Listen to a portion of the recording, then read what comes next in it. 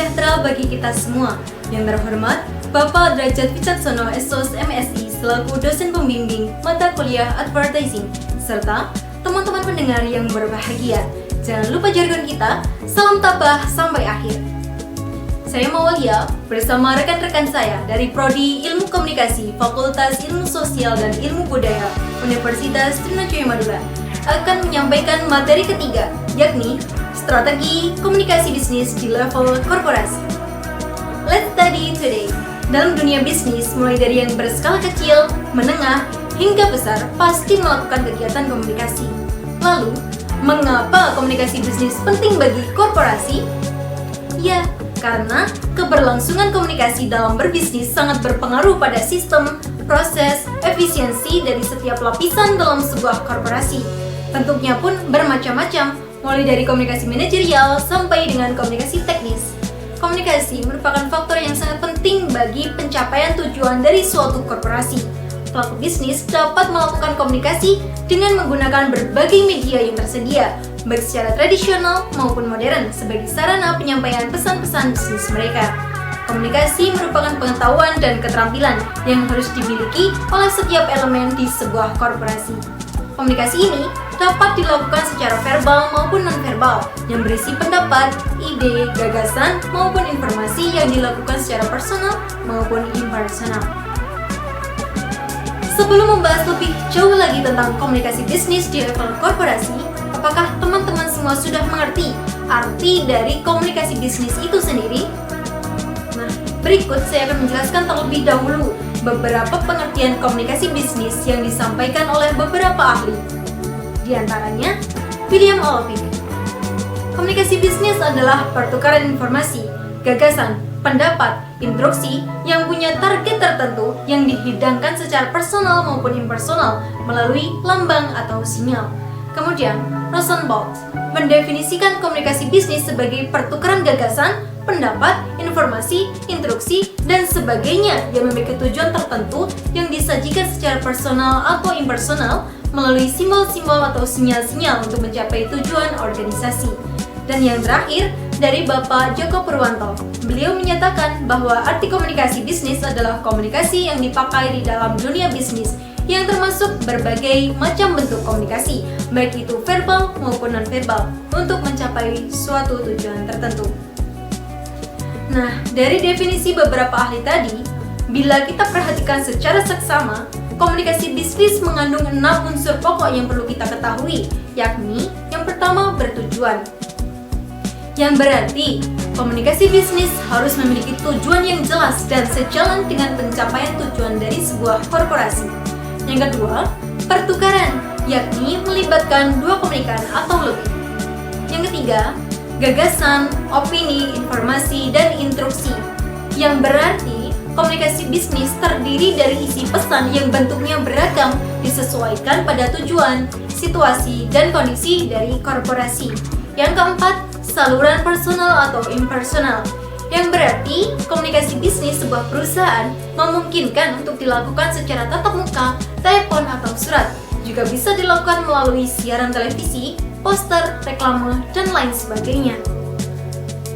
Yang kelima, simbol atau sinyal, sebagai alat, metode yang digunakan perusahaan untuk memperjelas pesan yang akan disampaikan.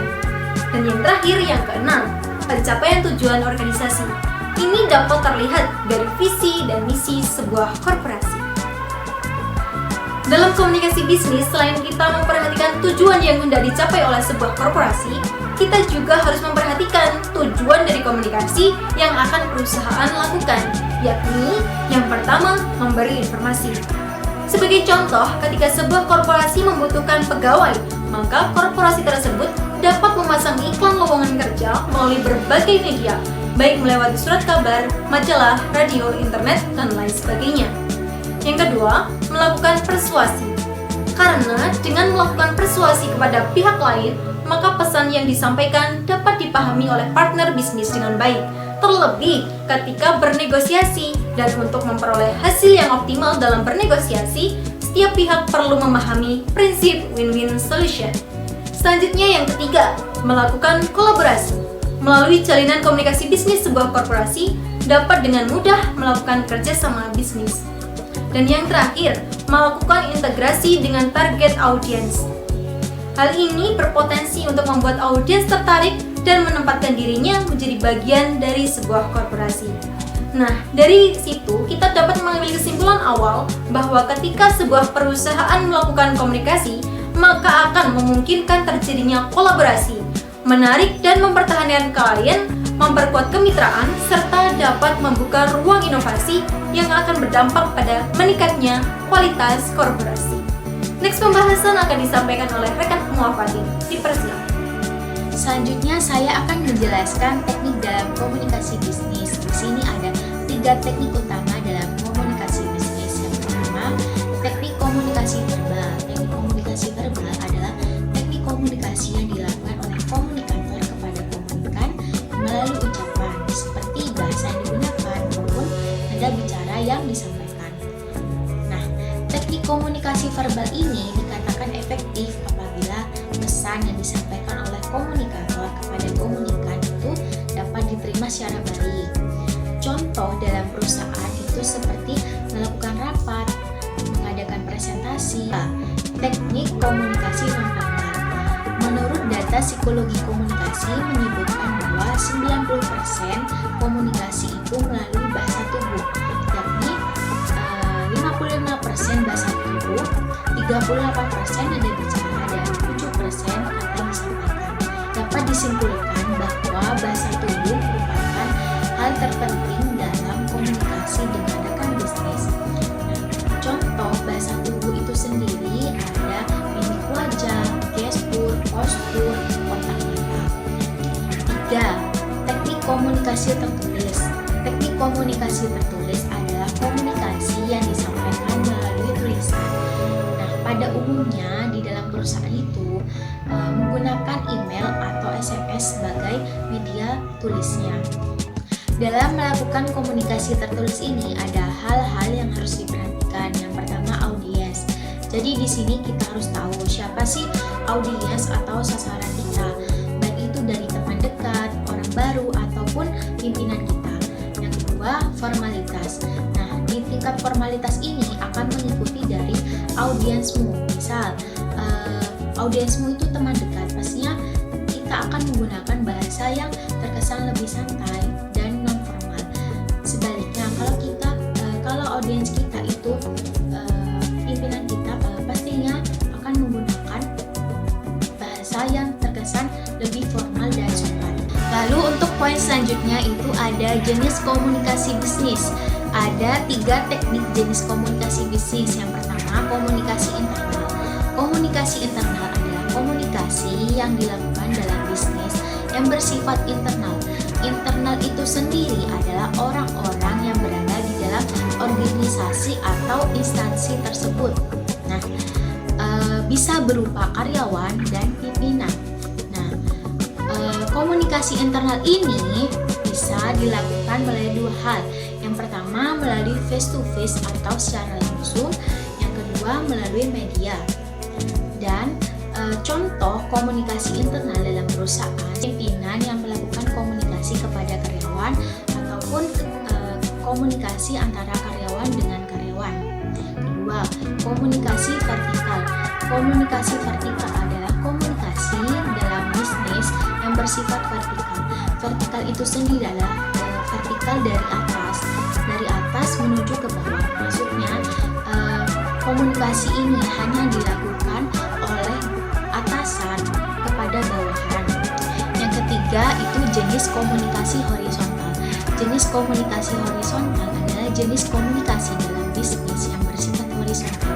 Horizontal itu sendiri adalah sama. Jadi komunikasi horizontal ini dilakukan pada tingkatan atau jabatan yang sama. Dan poin selanjutnya adalah 3 tingkatan strategi komunikasi bisnis. Yang pertama, tingkatan pertama dalam dunia bisnis adalah strategi korporasi atau memiliki nama lain corporate level strategi. Strategi korporasi ini berfungsi untuk menangani seluruh ruang lingkup dalam suatu perusahaan, terutama dalam menentukan tujuan dan sasaran suatu perusahaan.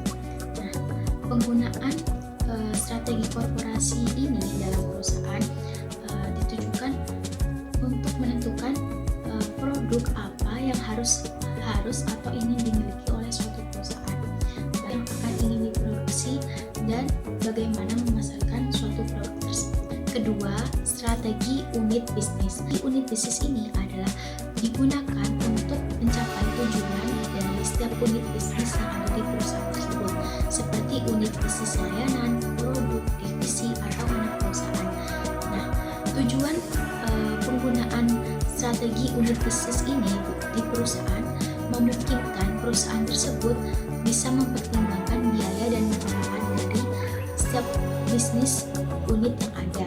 Yang ketiga adalah strategi fungsional. Strategi fungsional itu sendiri adalah strategi yang dikhususkan pada area fungsional mendukung strategi unit bisnis. Nah, area fungsional itu berasal dari departemen-departemen di strategi unit bisnis seperti produksi, pemasaran, keuangan, sumber daya manusia, IT, penelitian, dan pengembangan.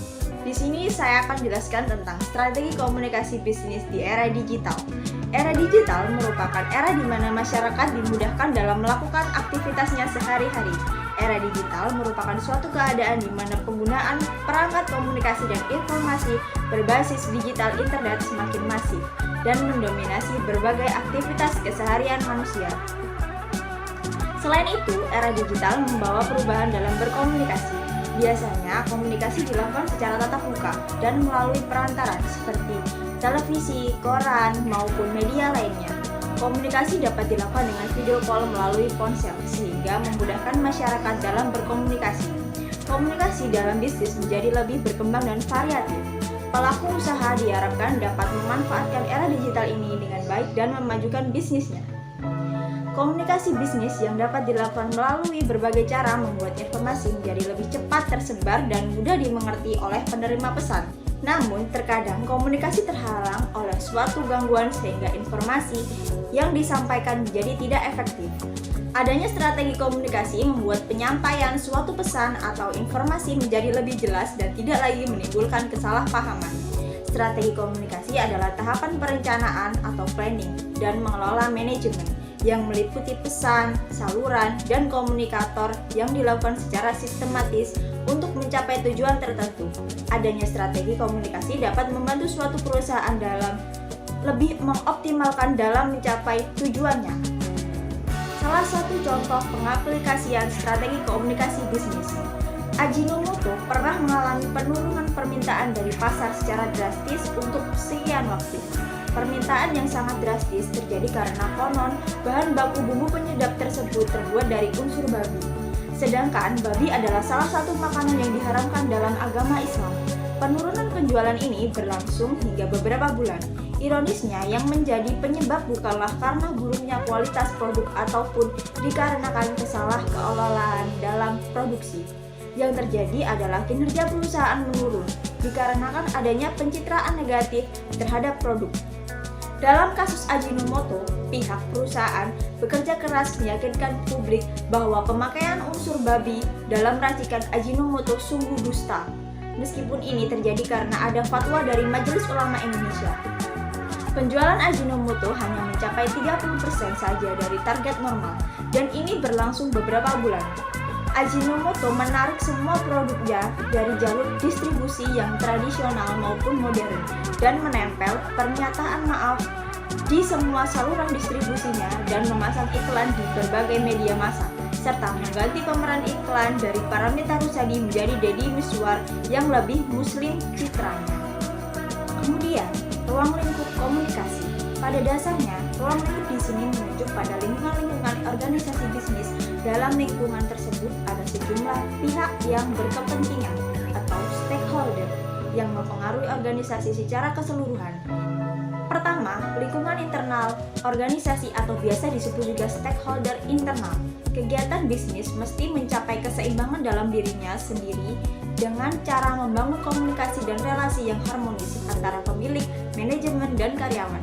Kedua, lingkungan eksternal organisasi atau biasa dinamakan dengan stakeholder eksternal. Pada lingkungan ini ada dua bagian, yakni lingkungan eksternal yang berpengaruh langsung pada kegiatan organisasi, dan kedua, lingkungan yang secara langsung atau tidak mempengaruhi kegiatan organisasi bisnis. Dengan demikian, ruang lingkup komunikasi bisnis satu organisasi adalah komunikasi dengan lingkungan internalnya dan komunikasi dengan lingkungan eksternalnya. Komunikasi dengan lingkungan internal, bentuk dan kegiatannya sudah kita bahas contoh-contohnya saat membahas pengertian komunikasi bisnis.